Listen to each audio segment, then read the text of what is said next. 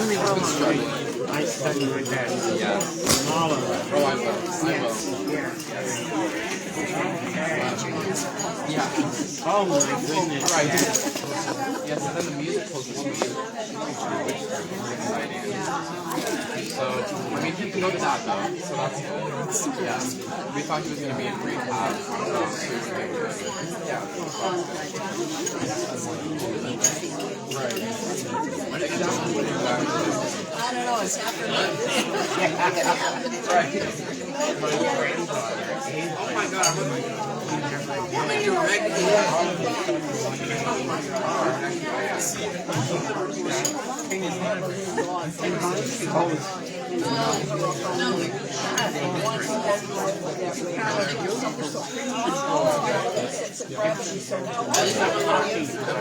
Well, her mother, beautiful.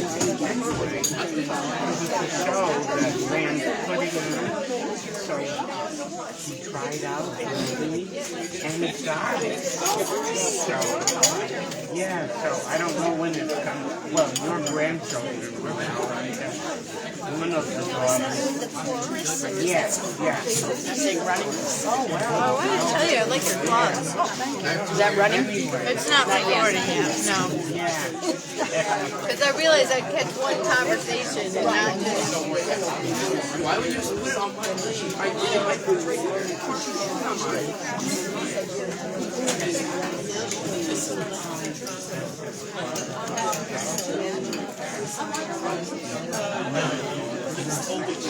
What? Even replay mine? Oh, okay. Well.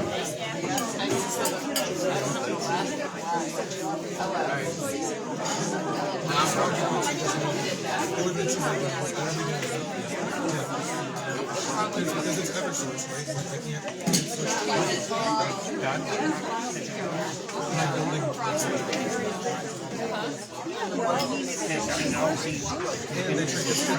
I invite you all to take a seat. I think we're getting ready to start. We're starting a little bit later than I thought we would, but we can just keep eating. There's dessert table and coffee, so get up as you feel free to do so. Usually you do a prayer to bless the meal before the meal, but I think that we can bless now the meal that we all are sharing and have shared. The Lord be with you. Gracious God, you give us so much abundance that we had tons of leftovers from our various dinners, and they were sprung free out of the freezer, and people were here early in the morning cooking, cutting up things and preparing it under the leadership of Kurt Kramer. We give thanks to all the people who made egg salad at home, brought things, brought desserts, who have been here cooking while we were all in the parish, in the church, giving you praise and thanks. We thank you for the meal that we've been able to enjoy and for the abundance that you continue to shower upon us each and every day. Be with us now at this meeting and forevermore. So I guess we can call this meeting to order with my fancy gavel. I call the meeting, the 291th annual meeting of the Parish of St. Peter's Church, Heber, to order, and we will begin with an opening prayer by Pamela Atwood. And we're going to use mics today because we are recording. For those of you at home, thank you for joining us.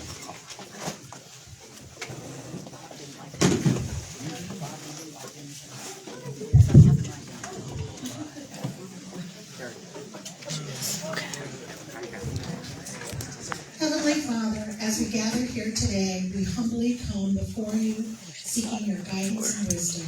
Open our hearts and minds to your will, and grant us the ability to listen to one another with respect and compassion. May our discussions be fruitful and our decisions aligned with your purpose. We thank you for this opportunity to come together in your name. Amen. Now I invite the clerk to give us the roll call. I think the clerk is in the back now. Has Dr. Sheets, can you find what the totals are, clerk, and then she can report how many are here for our annual meetings.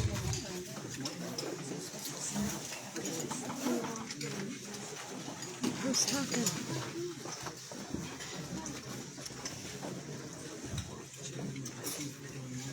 Is she coming up here? She's coming up here.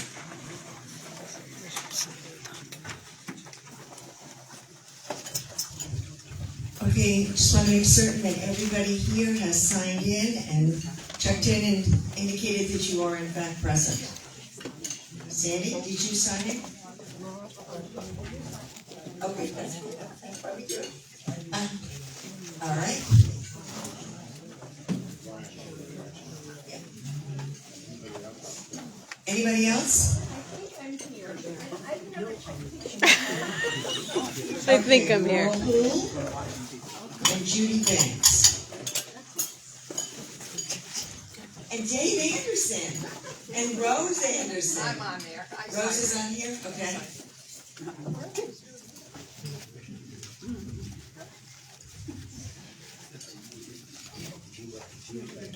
Judy Banks and Laurel Houle. Okay. So, yeah, we got that. All right, based on that, we should have a count of 66 voting members. Okay, thank you. It is a great turnout. I'm going to call on you very soon to do the minutes. You will find the minutes of the last year's annual meeting starting on page 38. If you could turn to page 38 for the minutes of the annual meeting. Let's take a minute to look at those from a year ago. If you jump to each side of the memory, take a minute to do that.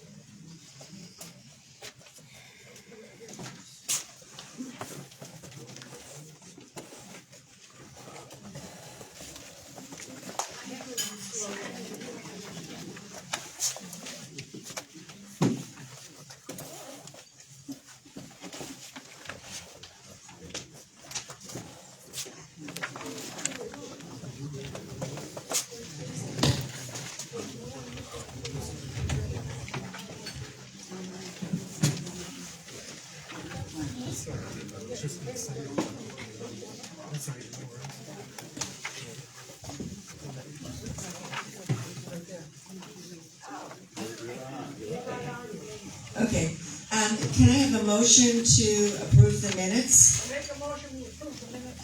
Thank you, Georgette. Thank you, Kathy. You have a second. Is there any discussion of the minutes? All in favor of the minutes, please raise your hands.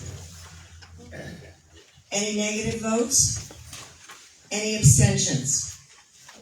Motion is carried. Thank you. You've already gotten my report in the form of my sermon in the church, so that is my report as the rector for the annual meeting. And now I would invite the wardens to see if they would like to have a few words to the congregation. We do this every year, but it always is a surprise to people. This is very few. Very well. Dan and I have worked together as wardens, and a fantastic group to work with. And you can read our report, and we would like to think that we are open to anyone who would like to speak to us about any concerns that they have. Dan, do you have anything?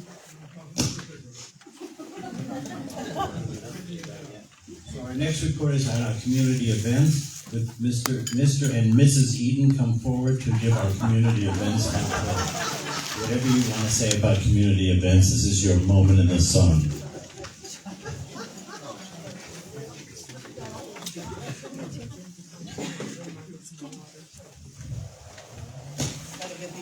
and moving here.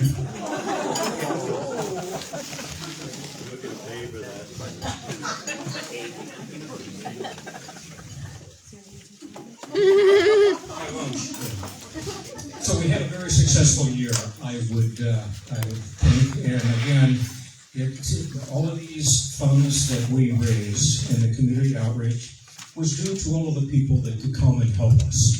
And Marcia and I just try to provide a little structure to the thing. We get everybody to the meetings if we can. People attend. People make decisions there. And we fortunately had our first planning meeting, and we have a date for all of our events. We have the events identified, and we have identified the nonprofits that we will be, which will be donated to. So we're going to be off and running in March with our Polish dinner. And the dinners pretty much follow the same order as they did last year. But this year we're going to try something a little different, possibly. A lot of people have asked us if we could provide both the takeout and a community-type dinner at the same time. So we're looking for ideas. At our last meeting, we said, so somebody wants to sign up as a committee to do this? And everybody kind of bent down and tied their shoes. So, we are going to try that. Committee so far. We need others. Well, basically, we've talked about the possibility of having takeouts take place from 3:30 to 4:30 in the way that we have been doing that. And then possibly about 4:45, opening the doors for people that can stay and want to stay to come in and be seated for the dinner. If you come to take a takeout after or during that seating time, you can do that. You just have to get out of your car, come in and go through the line. So we're working on that. If you have any other ideas, we're open to them. Yes, we are. So again, thank you, everybody that took part in all of these dinners and helping to prepare for them. Kurt has always been a big part of these dinners, and we really appreciate all of the kitchen help. And again, without your help, it would not be possible. Thank you. Thank you for that report. And now I would like to call upon the Right Honorable John Ostrad to come forward. You have to be up here so people at home can see you. Oh, thank you. And hear you. Hand to the camera, you're used to that. The camera will break. I can't. I'm still waiting. But good morning, everyone. Hello, you. On page 18 is the full report that we're enjoying. But I want to begin by saying 2 years ago, we sat here and I stumbled my way through an idea of creating a land loan campaign that would eliminate the interest loan that we had outstanding on our land next door. Now, if that had stayed in place, I just want to remind you, $9,100 would show up on our budget, operating budget, every year for no purpose, because it wasn't decreasing, would not be decreasing the loan of $130. So you all sat here and looked very encouraged by the concept, and amazingly, in less than 2 years, you'll see the details, we have paid it off. So let's give ourselves a round of applause. So when anybody asks you who owns the land, who really owns the land next door, you can say the parish really owns the land. So I thank you very much, and it's not my doing, it's the vestry who brought this program together, and you all responded. You'll see that there are a variety of sources that we were able to put together, to make this happen. But it really is an accomplishment, and it's something that we should take great pride in as a parish, knowing that when we have a vision, we can together achieve that vision, and that's essentially what we did. Today we're talking about the annual operating budget, which does need continual feeding each year, just as our household bills need continual feeding and have to respond to the different economic waves that we've been facing the last few years. And so that's a separate issue, but an issue that we all deal with, right? You deal with your household bills. You deal with it, and so we have to deal with our household bills, our family of St. Peter's. But we also have the other half of our life, and that's the vision of the future. And that campaign demonstrated that we also have vision, and a vision of a lasting kind, which tells me that the little bumps of economic fluctuations are minor compared to the vision that we're going to be here. We'll be here for 200 years in another year and a half. And it's time now just to enjoy the accomplishments that we've had and take great pride as working as a family.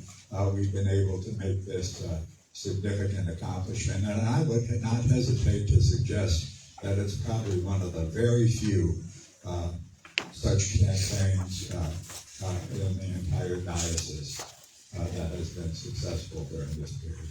So thanks again very much. I won't ask for anything. I'm asking for my $20. Say thank you. Well, thank you all. This has just been an incredible thing. Thank you, the Honorable John Ostrow, for dating us with your presence and for your leadership in this area. It really has been remarkable. You think I'm kidding? Okay, you stand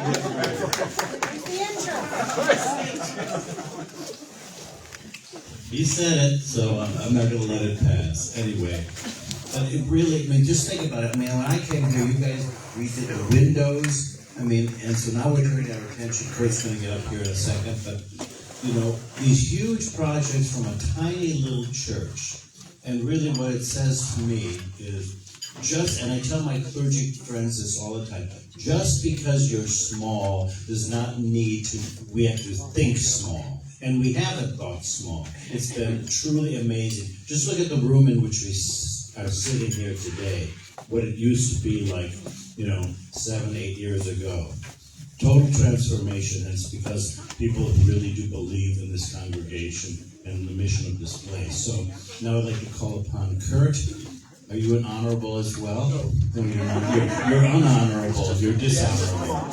The dishonorable Kurt Kramer, who is the head of our buildings group, to give us an update. Thank you very much. Before I get into my discussion about the Journey Committee, I want to bring up two things. Both have to do with after the meeting. We're going to try to get a couple of things accomplished. One is we have the press scene set up outside, and we're hoping we can get some people to volunteer.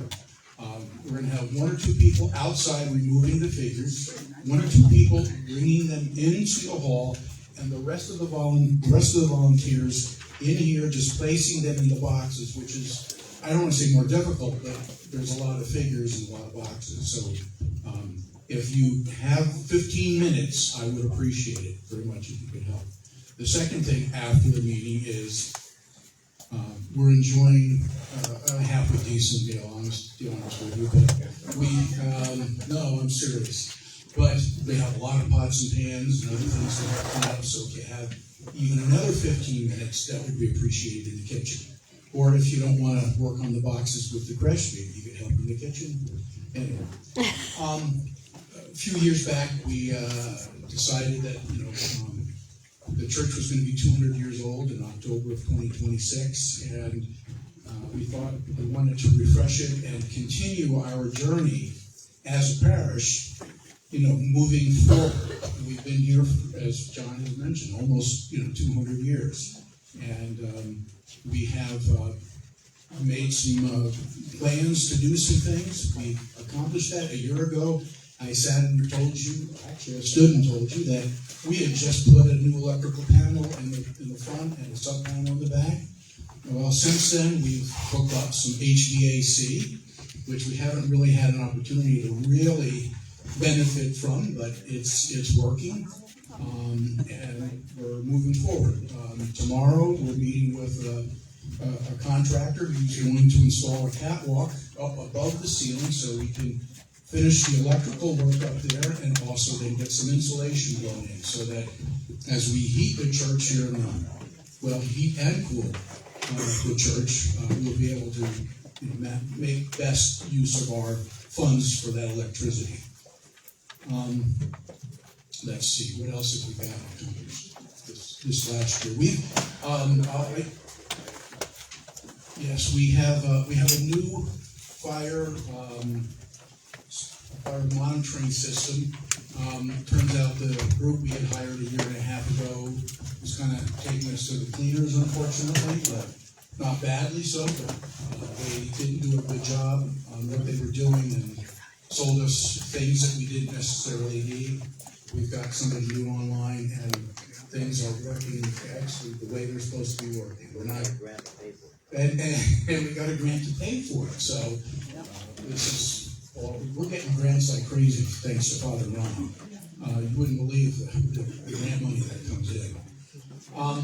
But as we're moving forward, as I mentioned, we're going to be putting insulation in the near future, and we're continuing work on the electric. One of the things that we're not just rewiring the chandeliers that are up there, but we're planning on putting in some additional lighting. We haven't worked out all the final details on it yet, but I think you're going to be very pleasantly surprised once this goes in. We're going to have two circuit tracks of lights. That means 2 circuits meaning that there's 2 switches, so we'll have a set of lights maybe with a more of a yellowish color and maybe not quite as bright, and some with a more white color and maybe a little bit brighter, so that we can decide. They'll probably be on dimmable switches as well. It's going to be a whole new ballgame. It really is. It's going to really open up the church. And we're going to have some lights shining in closer to the altar. I'm really looking forward to this. We're still working out details on it, but I would think that by this time next year, I will say, I told you about it. It's coming. It's coming. We've got a few other things that we're hoping to get accomplished in the next year and a half. On the exterior of the church, I know most people don't do this. I don't usually. When you walk up the stairs and you walk past the front of the church, stop and look up and look at the front windows, and you'll see that, boy, they need to be the window trim needs to be painted and reglazed.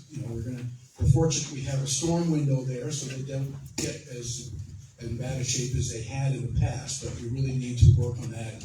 And that goes for all the trim around all the windows, even the stained glass windows. So if you're walking along the side of the church, stop and look at the trim around the windows. Same goes for the steeple as well. You don't notice it too much, but when you look up there, you start to see, it's not all white up there anymore. So that's going to be a big task to get somebody out here to get all of that accomplished. Okay, I'm kind of going in on the agenda. It kind of talked about working on doing some things to the altar, changing things to the altar.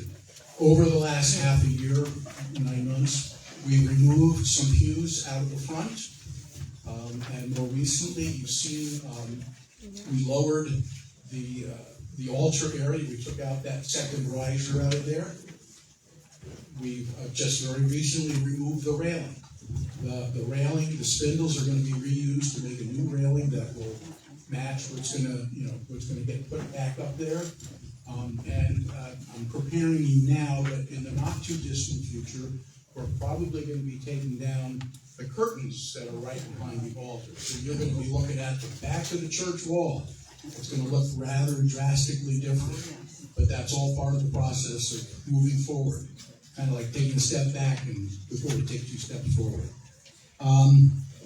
On your table, I left some sheets that are stapled together, which is a drawing very similar to this. It's not the same, it's a more revised thing. The only thing that's really changing from this particular view is the columns which are there now, the outside of those columns is going to change. And you're asking, how is it going to change? It's going to change. We're going to put in columns that are going to look basically the same design as the columns in the back of the church. We have 4 columns holding up part of the balcony area. So those columns now up front will match those in the back. So it'll look good. The key thing is we're working out just final details on this. Over here, as you look at the altar on the right side, that will actually become a doorway that'll go straight through to the sacristy. The center part will stick out a little bit further. We haven't worked out details. It'll be a series of either shelves or closet space in some form. It's only going to be 18 inches deep, so it's not that much. And the one to the left is going to be similar to the center, but it'll be just a little bit smaller in size and depth. But it'll be very useful. I think all to be able to keep some of their supplies right there instead of even having to walk back into the sacristy. This arch top is going to remain the same as it looks as you're looking at it. And I think I mentioned last year, it's going to have a series of flat spots behind what you see here. So we'll be able to continue to put up our flowers and everything else above the altar. And on the second page of what I put on the tables, it's not exactly the same, but this is kind of a top view, looking down at the top. And what had been, the architect had said, let's make this kind of arch up and out. That's very difficult to construct, almost I wouldn't say impossible. Of course, it can be done. Anything can be done, but we don't have that much money. So that is now going to be kind of come out and be more of a rectangular shape, but you're really not going to notice it that much. We will be looking in the not too distant future to start working on redoing the floor, that whole floor of the altar area where the pews are, where the choir sits, where the piano is, all of that. And there will be a little bit of a radius. Well, that doesn't show the floor. There's going to be a radius very similar to this, basically kind of going from where one set of pews are, comparable to the other side, maybe coming out only about 2.5 feet. It'll be just a very gentle curve, but when the new railing comes in, it will come along and match with that railing. Or the railing will match with the floor, I'm sorry. Anything else? Just the reason for the curve, just so you know, is one of the most beautiful architectural elements in the church is the curved ceiling. And if you notice, the balcony has an indented curve, so it echoes what the balcony looks like up front. It repeats the ceiling as well as the balcony. In other words, we're trying to take the strongest and most beautiful lines existing in the church and integrate it to the front of the church is the idea here. Questions? Can you speak to how we contracted with the architect and what the issues are? I don't know. They're not issues. The question that came from the floor is, can you tell us a little bit about the architect? The architect is Duo Dickerson, and he's done a lot of work at the Cathedral in Hartford. He is a professional church architect, that's his specialty. He was the architect on duty at the church, and this whole design that you see here, Duo called me one day and said, I'm just going to do it for you for nothing. Out of the blue. But now that we're going to drawings and stuff, And I want to just call out a couple of people that are going to be doing this work. Steve Mondrak is going to build this in his basement now that he's retiring. You know, he's a woodworker, and he's going to build this. He's already working on it now, figuring it out and talking with the architect. But the architect, just to do the drawings for everything, including if we choose to do a bathroom, the bathroom is included, the entire architect bill, he cut it in half, so it's $8,000. Take it through drawings, permitting, everything. That is like almost nothing. That is really a gift to us. And the gift of Steve Mondrak doing the building. John Barron from town, who's an architect, who's a historian, as many of you know, and grew up in this parish, the Barron family, which is related to the Cherney family and the Dabrowski family. John is going to put in the new flooring as a gift to us for materials, and he's just researched historic boards, so the flooring in the sanctuary will match and continue to match the old flooring throughout the rest of the church. So we're not even putting in new stuff, we're finding boards from old buildings that were torn down, so it keeps the character of the church completely as best we can, respecting our history while moving forward. Ben, I can't tell from the drawings, but where the pulpit is, when I read for lessons and carols, and I had the glaring light of whatever we call that, podium, and I went to step down, I could not see where I was going, and it's very narrow. So I'm hoping you're correcting that. we will. I'm not volunteering to read again. 2 words, we will. Any other questions? Any other questions, comments? Thank you. It's beautiful. Well, we're working on it. It's a work in progress. So. Thank you for all the time that you put in. I haven't put that much time in, except for, anyway. I think that's it. I'm serious about The only other thing I want to say is we were quite surprised with all the money that we've collected, special gifts that have come in from places as far as upstate New York. Big gifts that have come in. We were shocked to realize we had $92,000 in the fund to do this work. Plus, I've got another $8,000 grant that will come in April. So we're at about $100,000, and that's what we're going to be able to use to do a lot of these projects. So for the moment, we're not going to be coming to any of you for any more donations at this point. I think that's a very important thing to say. So it's just amazing, again, the generosity. It is holy court. So our next order of business is, I think, Barb, who's going to walk us through this year's financial report.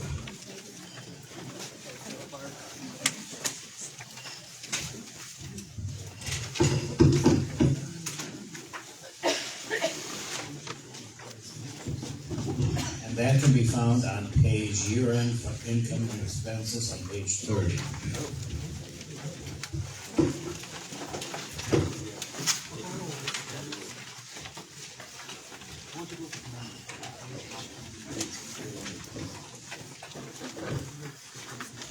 Thank you.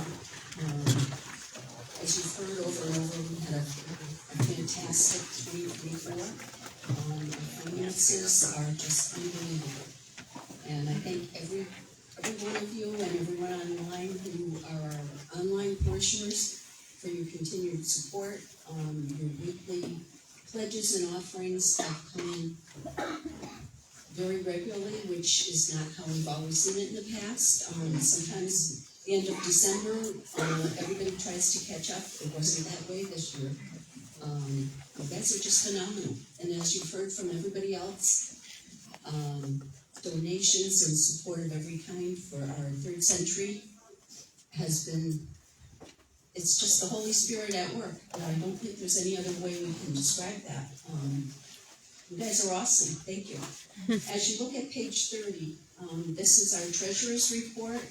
It's a 3 or 4 page report that our finance committee reviews monthly. It breaks down all of our income and our expenses.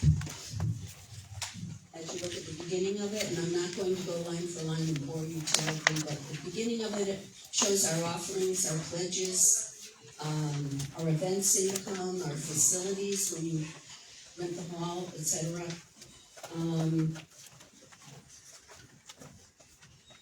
And then it's followed by a line-by-line expense. And it's complicated if it's brand new to you, so we're not going to really go into it in total detail.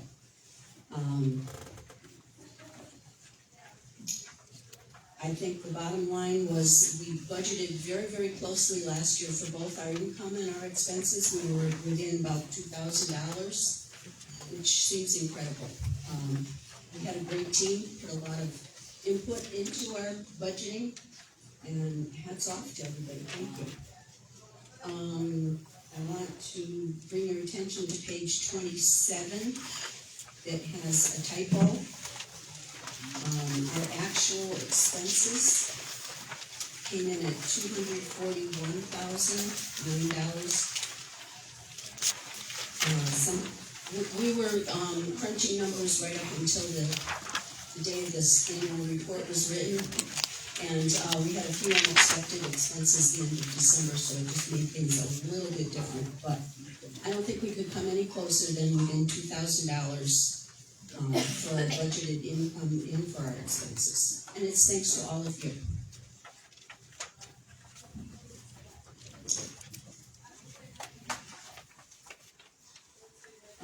One of the other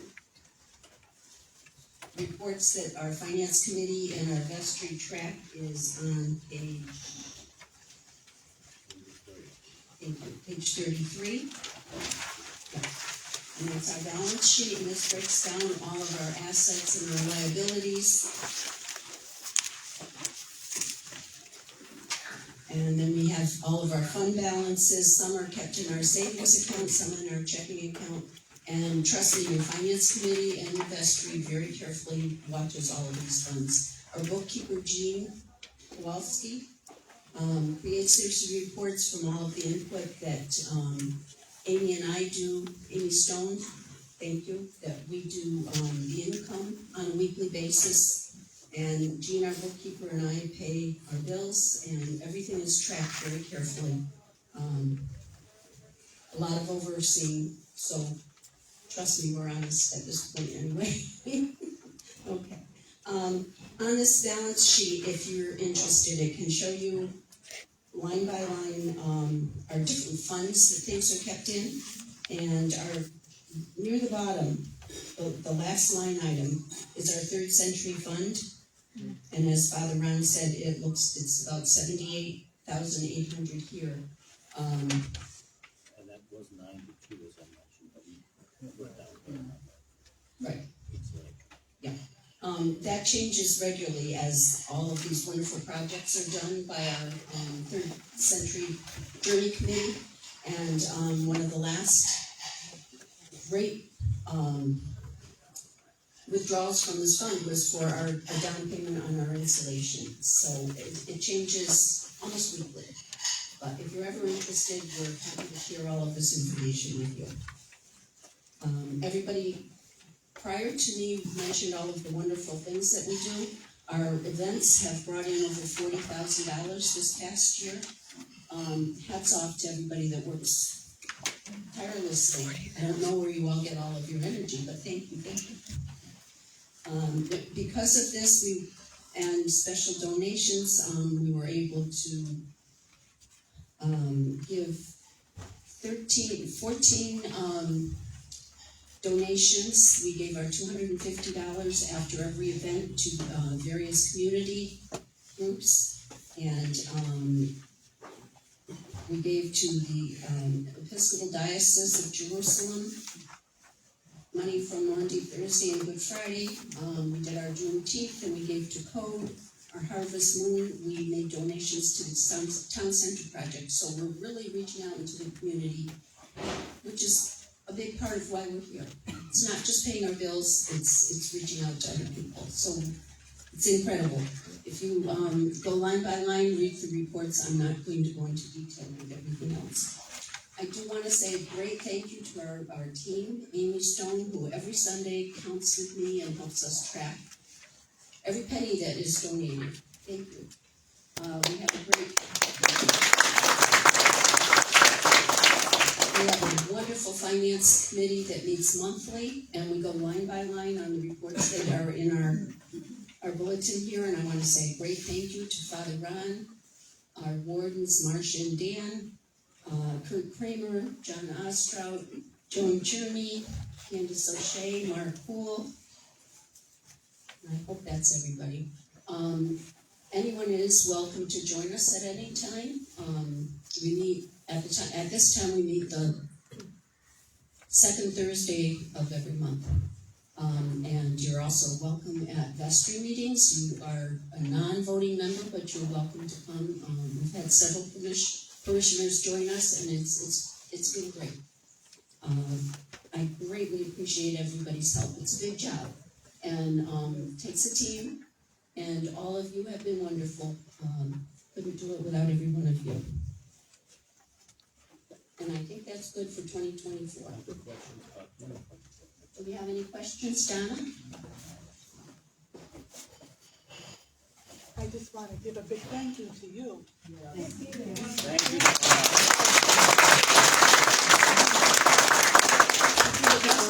Thank you. Barbara, and you used to work with Judy, and when Judy was not able to do it anymore, you stepped right in, and people do not realize how much work that job is.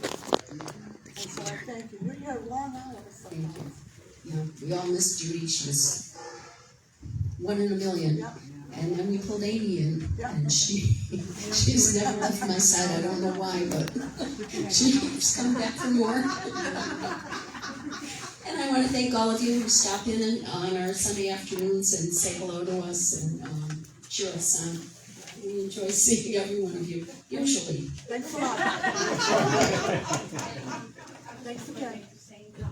This is a volunteer job.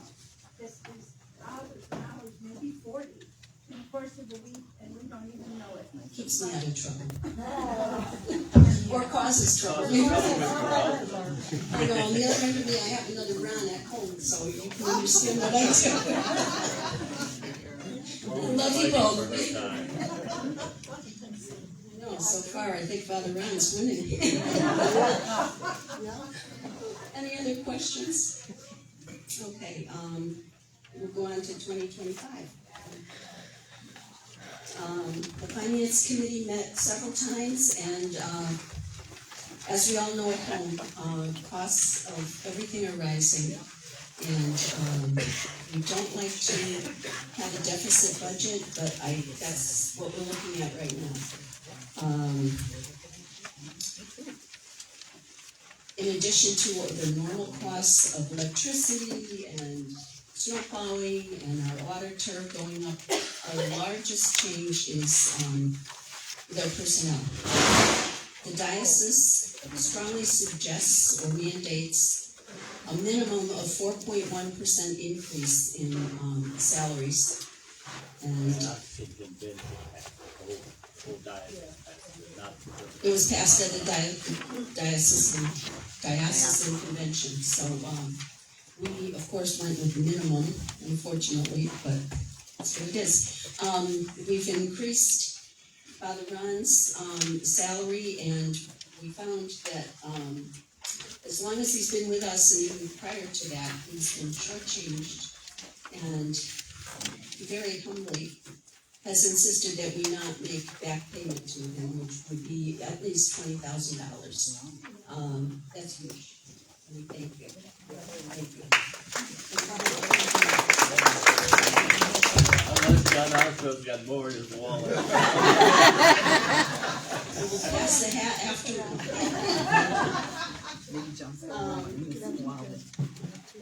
Somebody asked me what page we're on, and we're on page 34. 34 and 35. I have all this in my notes, but I don't do well standing in front of people. I like to sit in the office and hide. Yeah. That's a typo. That is a typo. On page 34 is our presentation budget, and it's just line by line shows what you would see on that treasurer's report that we first brought to your attention. At the top right, it says year beginning 1/2024. It should say 1/2025. Sorry about that.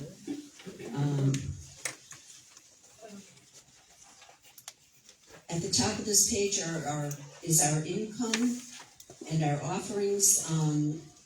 We budgeted for $170,000 in pledges, and I'm very happy to report that as of today, we're at $168,737. Thank you, thank you. As we talked about it, of course, Father Ron is our best believer here, I think, and he said 170 or higher, and I said, we can't do that. Well, we're very, very close, so thank you. A little note on pledges, we had 34 people already increase their pledges, and that's huge considering our economy. Thank you, it's wonderful, and it helps us with our planning. We're expecting and hoping for $35,000 from our events and offerings. That's the second one line is we're hoping for $18,000, and we know realistically as people pledge instead of just give, that number could change, but we're going to be very optimistic here. So we're looking at a projected $233,500 for income.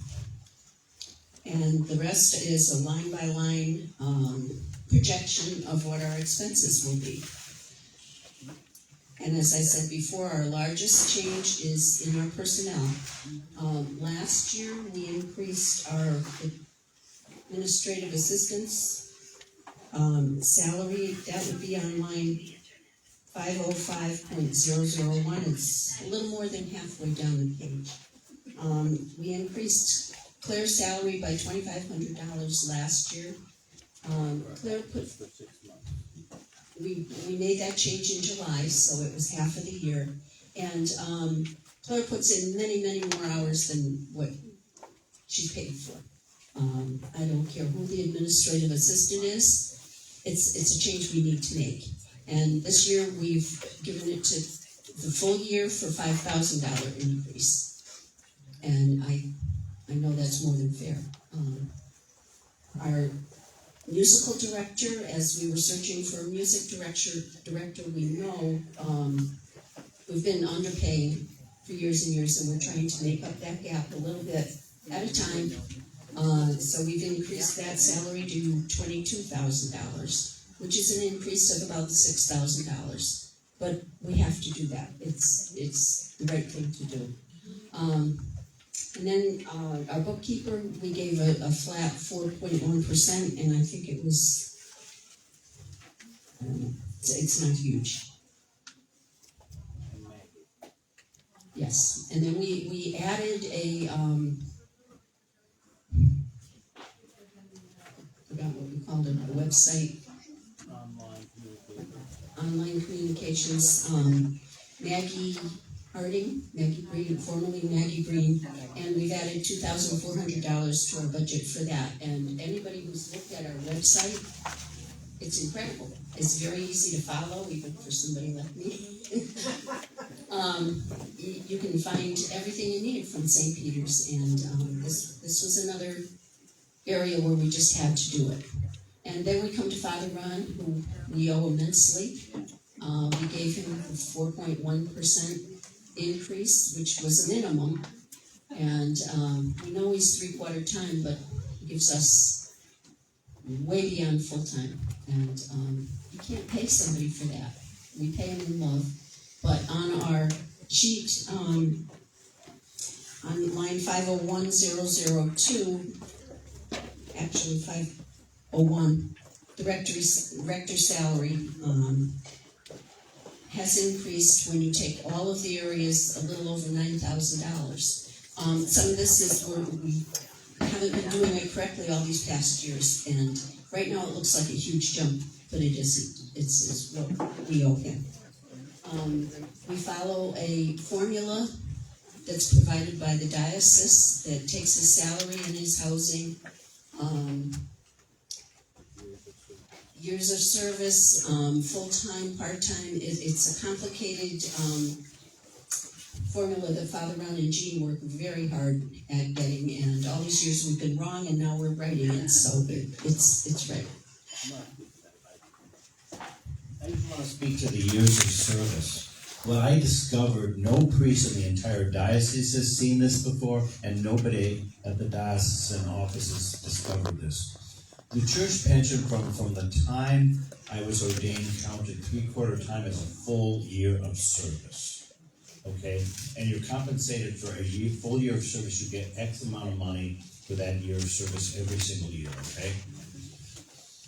However, our diocesan policy treated, even though the pension fund counted it as a full year of service, I was compensated at 75% of the year of service for 17 years. No one has picked up on this, so I contacted the diocese and I said there's a discrepancy with diocesan policy and with the way the church pension fund counts clergy's years of service. So it just did not solve my problem, but it literally raised the water for every single clergy member that is not full-time in this diocese. So every parish in the diocese is having the same conversation, by the way. So the vestries are probably all over the diocese. If they knew it was me, would want to kill me, because there are people literally were underpaid for years and years and years and did not realize it. So now the diocesan policy and the church pension fund policy are one and the same. But that's what accounts for that huge jump largely. Thank you. There's no way I could have explained that. I've heard it, but it's complicated. I don't do complicated. Okay. Anyway, we can go line by line, but our bottom line on the next page, 35, is our expenses come to a total of $261,926. And that leaves us with a deficit budget of $28,526. Yeah. The finance committee went over and over every number that we could possibly realistically change, and this is the best we could do. We brought it to vestry at our January vestry meeting, and it was approved by vestry because it's a bottom line that we can find. We have some ideas of how we hopefully can help with this, and you'll be hearing more of that from other members. So I want to just say thank you for who you are and what you do for St. Peter's and for me personally. I appreciate every single one of you and every single one of you at home.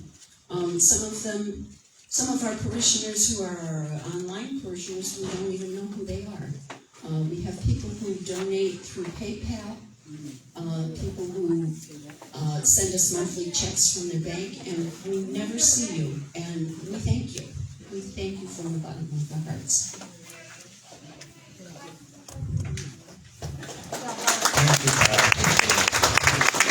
She literally does spend probably 30 hours a week here, at least every single week, working on this one. So now I would like to invite our new chair of stewardship. Is that what's next? To talk about my track here. I am right. John Lowe's, would you come forward? He gave a wonderful stirring sermon on Stewardship Sunday, and wants to share some of his thoughts as a person and we in his committee. Thank you, Ron.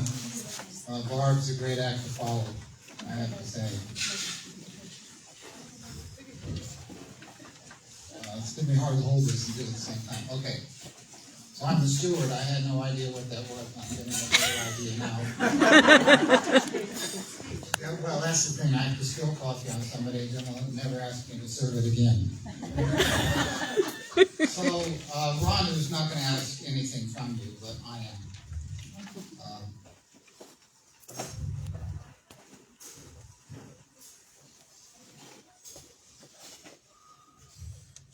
Well, I came to this church as a newcomer, if you know.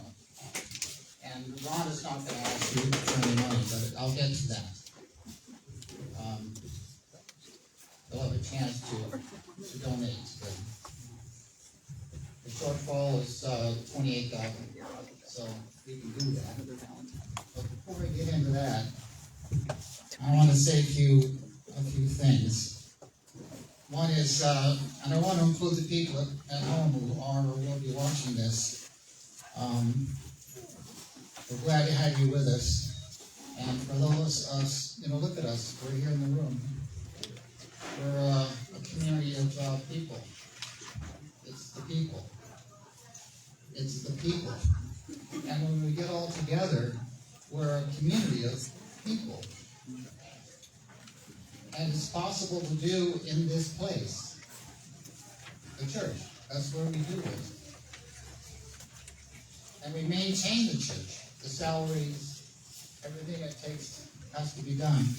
And making improvements to the church and our parish hall.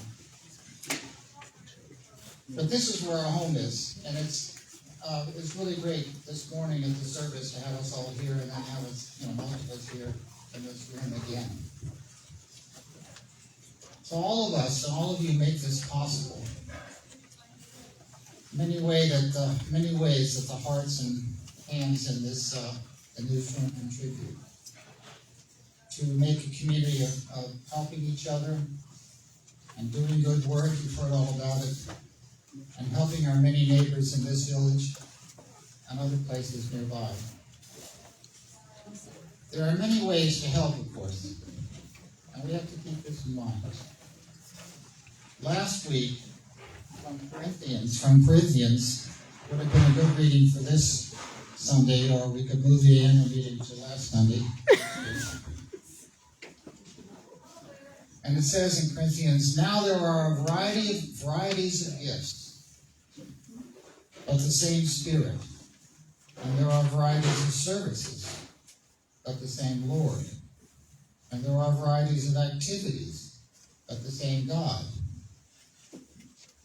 God who activated all of them in everyone. To each is given the manifestation of the Spirit for the common good. And each of us, each of you, and the people at home are offering their gifts.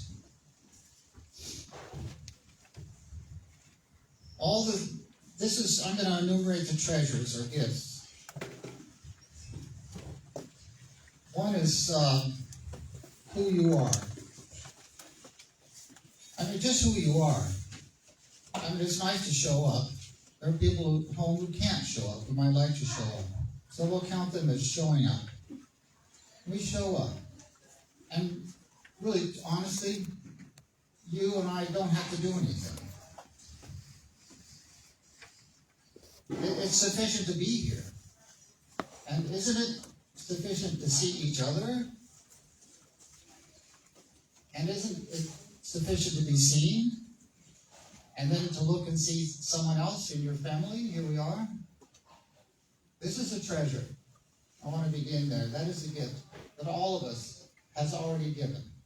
So you're done. In a sense, you're done. You've made your contribution. Then there are all the little small things that we do for each other. The unseen by others things. The little moments of kindness, the private ones in particular. That care that we give. And there is no recognition of it. But you know it when you do it. I know it when I do it. And God knows. That's enough. That's a lot of giving going on there in a Christian life. Then, as you've heard from Kurt and others, the gifts of our time and talent, our hands, and with a nod to Chuck, our backs. I am thinking of the monthly dinners, as has been mentioned, the tank sales, plant sales, pumpkin fests, and on, book clubs, food and coat drives, sandwiches made and delivered at the former No Freeze shelter. Showing up. People show up to make these things happen. That's a treasure. That is a treasure. You're done. And isn't it fun I mean, isn't it again a satisfaction to be together? And think of the added satisfaction, almost like a family, of working together. We're going to do this in Kurt a little bit, some of us, after the meeting. By these activities and treasures, we raise each other up by working for matters that matter to us. And what matters to us are our parish community and the many communities around us, including the town or village of Hebron. So that brings me to why I'm talking to you now, and in my role as a steward. And the stewardship committee is so far Barb and me. I thought we were all members. You know, I just follow Barb, basically, and Jean, of course. So there's another treasure, of course, which I as a steward pay particular attention to, which is the money that people are able to give. And I say able to give. Many here have already handed in their pledge and given more, as you heard from Barb, than they did before. So you're done. Or maybe you have a little extra. Many are stretching your resources already to give. That's understood. Please understand that that's understood. But on this special occasion that we have a shortfall of $28,000, it's time for me to step up to ask if you can give a little bit more. We have the pledges, the number of pledges are about flat. 69 last year, I think it is, and 72 this year. But as Barb pointed out, the numbers went up. So we have $8,000 more given already. And those, many of you are sitting here in the room and wondering why I'm asking for some more. Think about it. Think about it anyway. So for those who are able, give us a final push. And I'm going to tell how it's going to be done this morning. Give you an opportunity this morning to do it. And there's, have you already handed them out? Yep. You're good. We missed you already. There's been Ron wants to say something. He's I looking. can say it, or I'll say it. So there's a green card you have. This is called a supplemental donation or gift, like a pledge card, but it's extra. And you have two ways you can do it this morning. There's an envelope that goes with the cards, and you can fill out the card now. And if you have a checkbook, you can put a check with it. And you can, but you don't have to. You can put it in that beautiful bowl on your way out. And if you put your completed card in the envelope provided, it'll be private. The other way to do it is there's some envelopes given to you that have stamps on them. And inside is one of the pledge cards. You can't see it on the outside, but the stamp is there. You can just take this home if you like. And put in your check and mail it in. It's already stamped for you if you want to do it that way. Now, Father Ron has already started this little venture by donating $1,000. Is that correct? Okay. Yes. So as usual, lead by example. Now, the stewardship committee. Me. I'm also. I'm not going to speak for Barb, but I'm going to be giving some money to. I'm not going to say how much, if you don't mind, but I'm going to be filling out the card today and putting it in an envelope and putting it in that bowl. And I hope that all of you can do the same. For everything that everybody's given so far, of course, thank you very much. I echo what Barb said. Thank you so much. That's what makes, this place run. The light at St. Peter's, I want to say, is really bright. It's shining really brightly. Look at the length of the annual report. Look at all the things you heard about, we already know about today. I mean, we're doing good. I've only been here, I'm a newcomer. You're doing good. That's amazing. I'm so happy and proud to be part of this community and group of people, as well as, the institution of the church, and to have Ron here running up ahead, showing the way. Thank you, Ron. And thank all of you.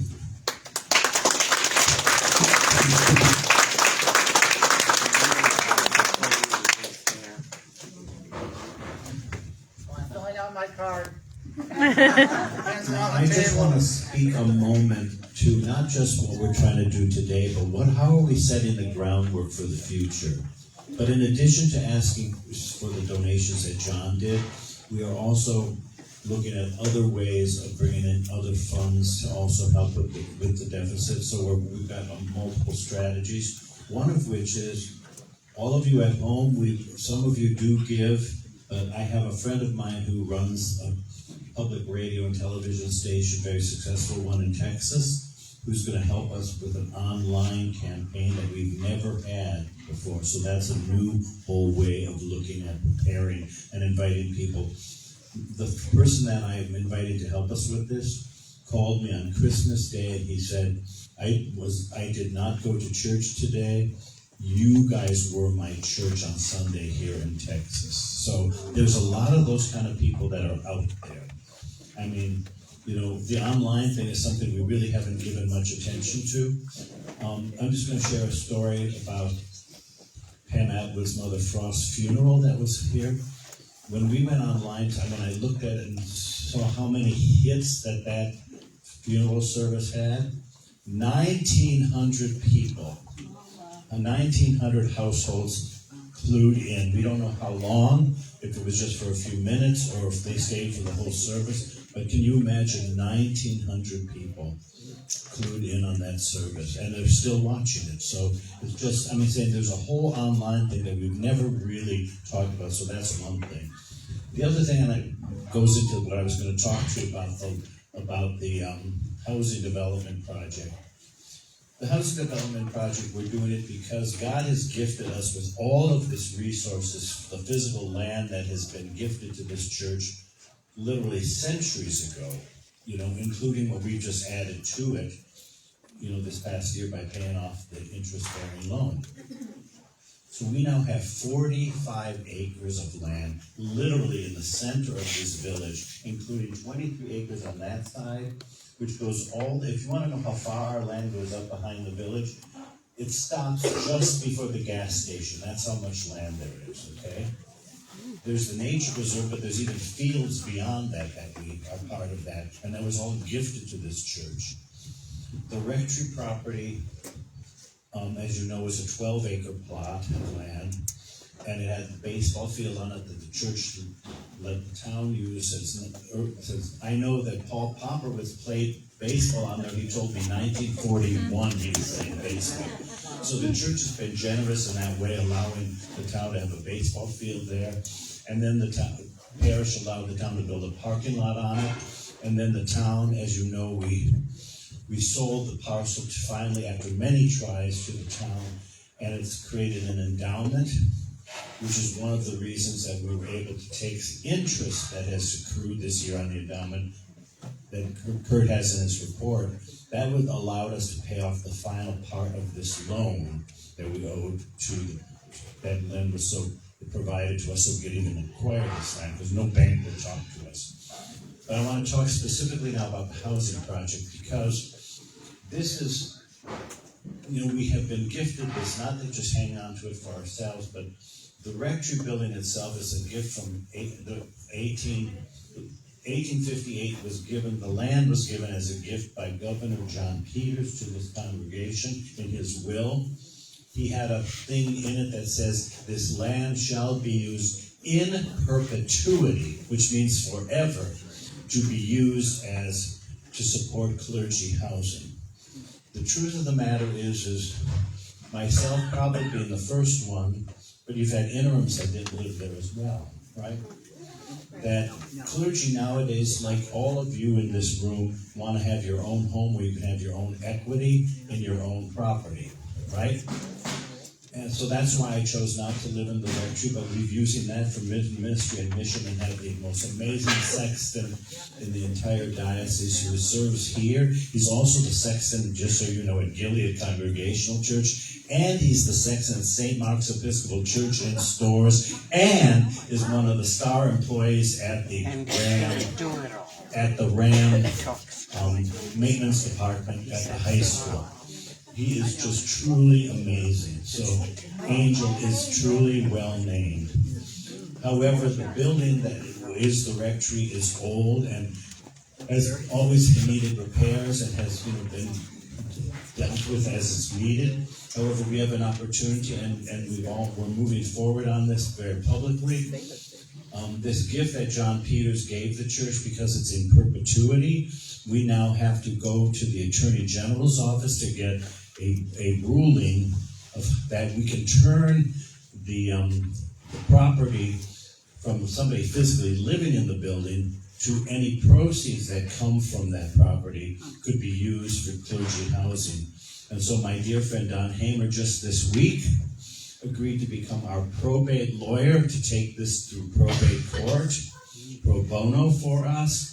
Don is a probate lawyer. He was the priest at Trinity at Sigourney Street who hired me when I was first ordained. And he was the probate judge. He was elected as probate judge before he was a priest. So he's taken this to probate court on behalf of this parish as a gift to us, which is a wonderful thing.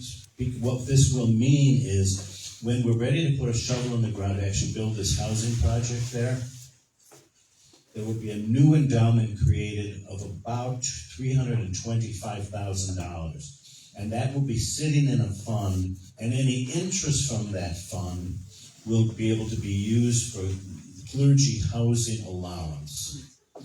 If you look at our budget, the largest expense on our entire budget is always the clergy housing allowance.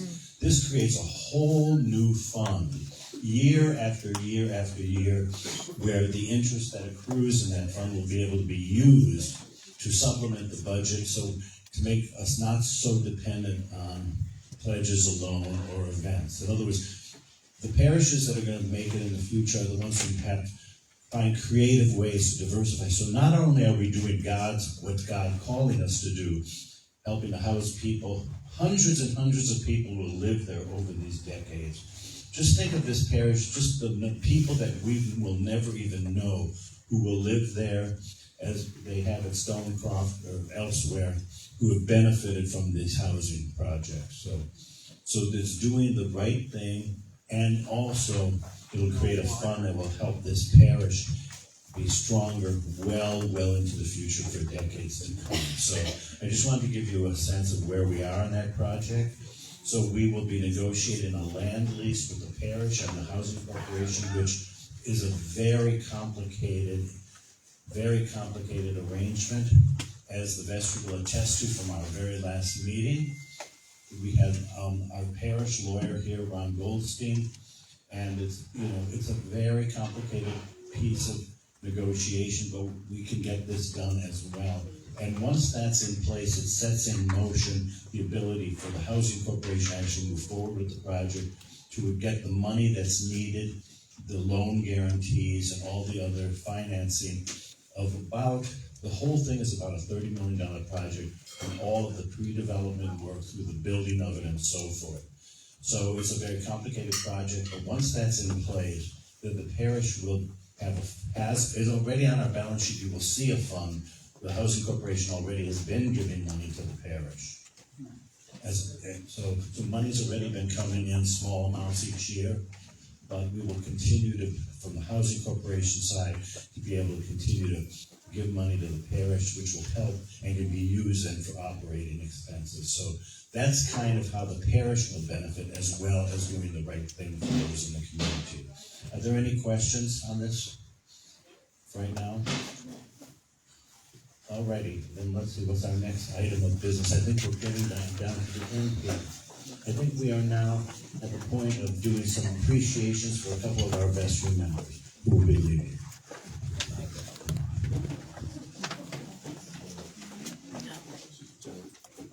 We have a vestry member retiring from the vestry this year. He is one of the people that is many times challenging things, and that's a good thing because we all need every once in a while to have ourselves brought up short to think in somebody else's manner. Very consistently here, very consistently in helping in many projects, for example, the dinners and the luncheon that was put on today and so forth and so on. So it is with somewhat sadness. I'm sure that Laurel will be a little happier to have him on for a while longer. But Mark, we would like to recognize your years of service and thank you very much.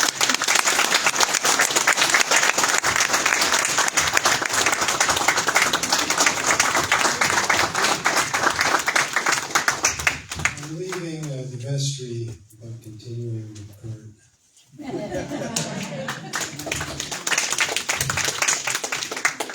I don't know how many of you remember this, but we had a clerk at St. Peter's, I swear was here for 40 or 50 years. Zenith Porter was always the clerk at St. Peter's. However, things have changed somewhat as far as the diocese is concerned, and we have regulation now as to how many years people can serve. So it is with a lot of sadness that we say goodbye as clerk to Candace O'Shea. She does wonderful, wonderful minutes. She contributes to everything that's going on at vestry meetings, at finance, everything. And so we're very sad to be saying goodbye to her as clerk. And by the way, we have no one to replace her. Not that she could be replaced, but to replace the position. But Candace.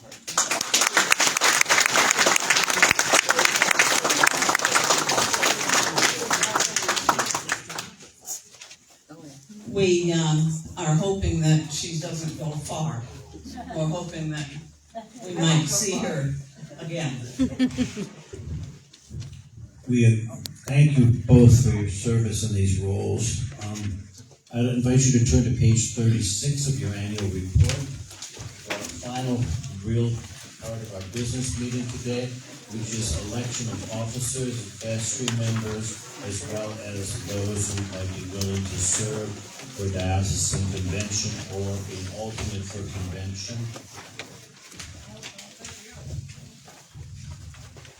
Fran Rodiker, I'll start with the first one is, just so you know what's in bold are people that need to be reelected. Officers have to be reelected every year for a one-year term, that's why they're in bold. However, when we talked about nominating people for vestry seats, we have 3 open seats available to us. Mark is leaving, but we actually can have 3 more people to be within the canons. We discovered, I did some homework, figure how many seats we can have. The diocese is fairly liberal on this. And I think it's a wonderful problem that, we have a large vestry, because many people really struggle to have people on their vestry. And so we've decided to do nominations from the floor. So right now, the floor is open for nominations for seats on the vestry. Sandy Marshall would like the mic. Right on the mic. I would like to nominate Gail Katasha.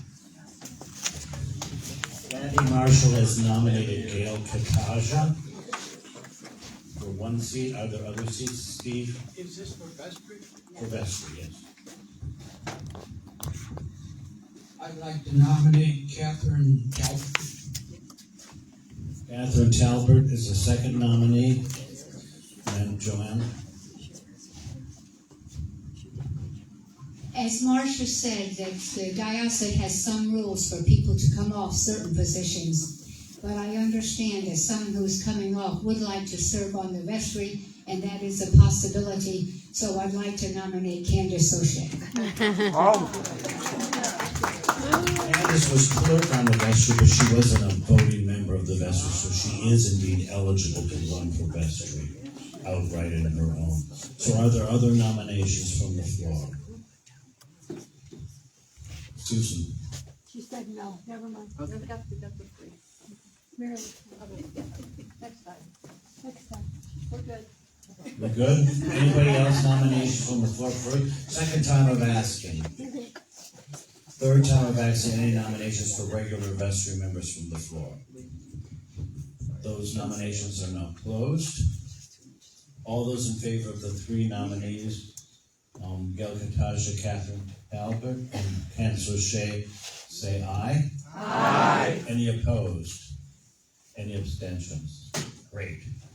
The next position that we have to do is the hardest one, is to replace our clerk on the vestry. Now, the clerk does not need to be a member of the vestry, a voting member of the vestry. They can be a clerk in their own right, like Candace was, and so I now open the floor for nominations for clerk. Mary Latour. Here. We need you on the mic so everybody can hear you. I'd like to nominate Kathy Gerke as a non-voting member.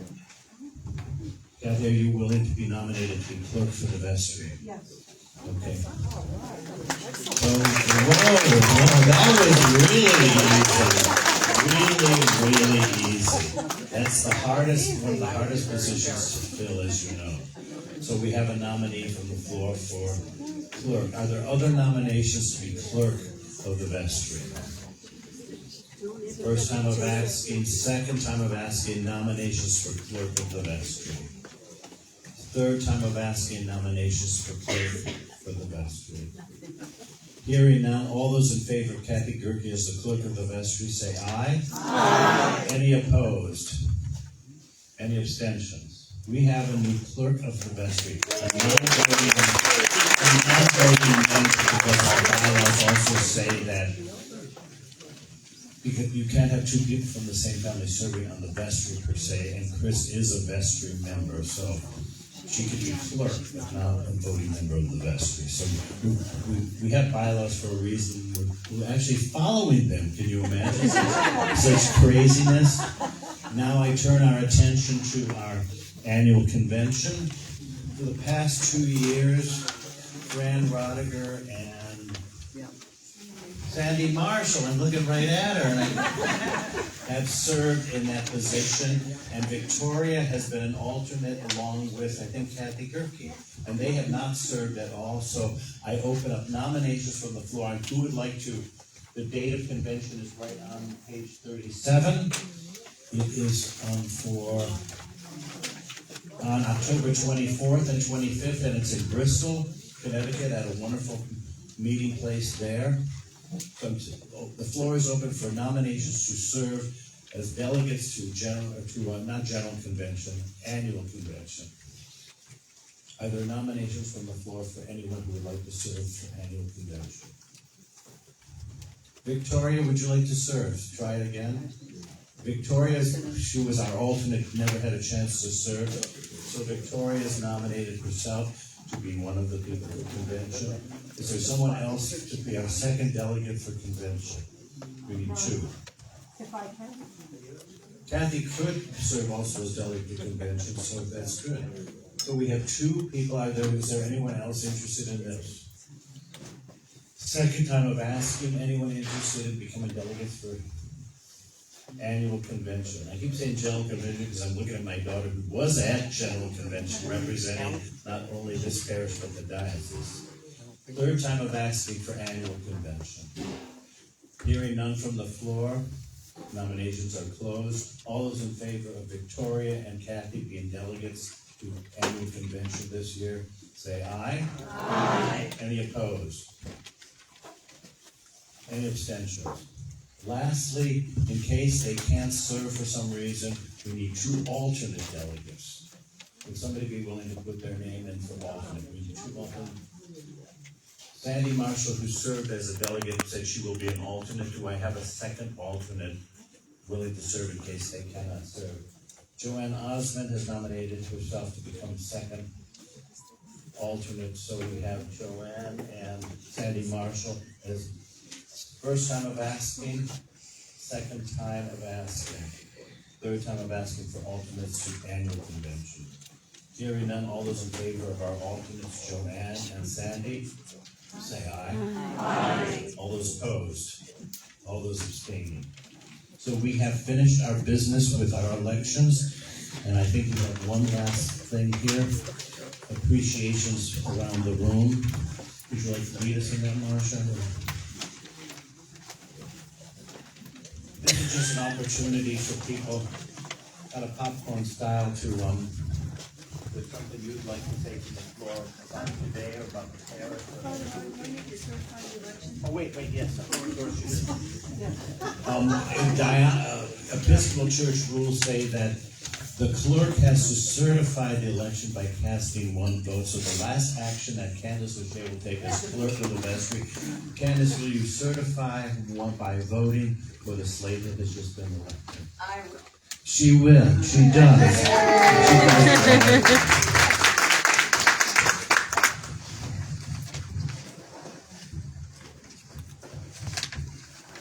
What has happened today is very typical of our parish.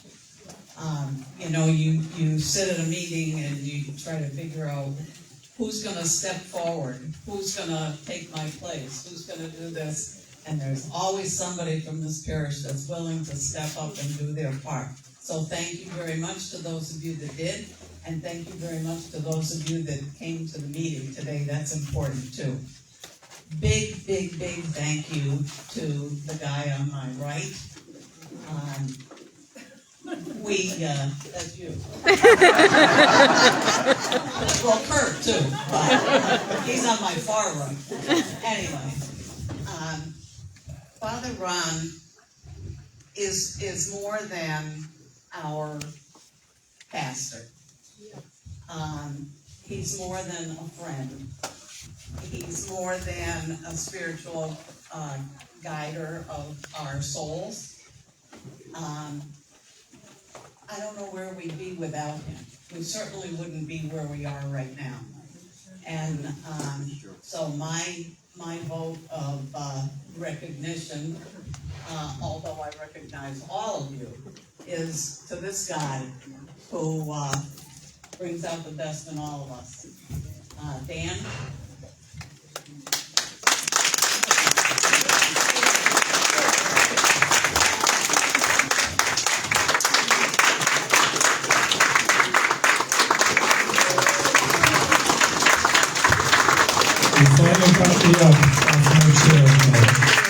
I just want to thank everybody for coming today and all those things. Just look around what we've done this year, and it continues to happen year after year after year. And it's just great to see everybody here. And I think it's one of the largest attendance we had at a meeting too. So thank you for all you do, and we have another year to go ahead to do more. Thank you.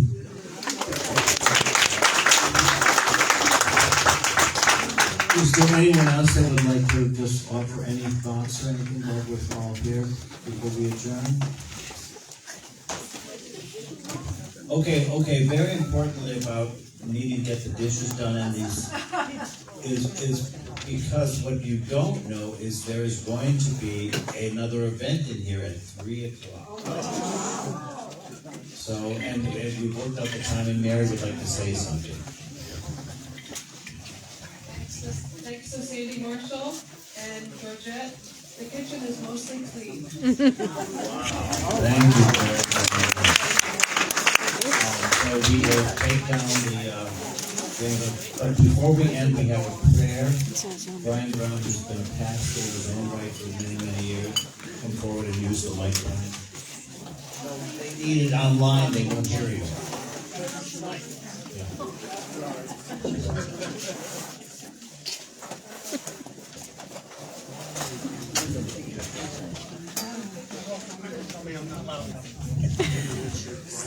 Heavenly Father, we thank you for your presence here today. Lord, we thank you for your word. We thank you for our church and for our leaders. We thank you for your sacrificing risen Son. Lord, may your grace and peace be upon us. May your light shine upon us. May we glorify your name. Help us to do the work you have chosen for us to do. And in Jesus' name we pray. Amen. Do I have a motion to adjourn this meeting? Pam Atwood moves. I need a second. We got a second. A second from John Marshall. All those in favor of adjournment? Aye. The 291st annual meeting of St. Peter's Church is now closed. Thank you all so much.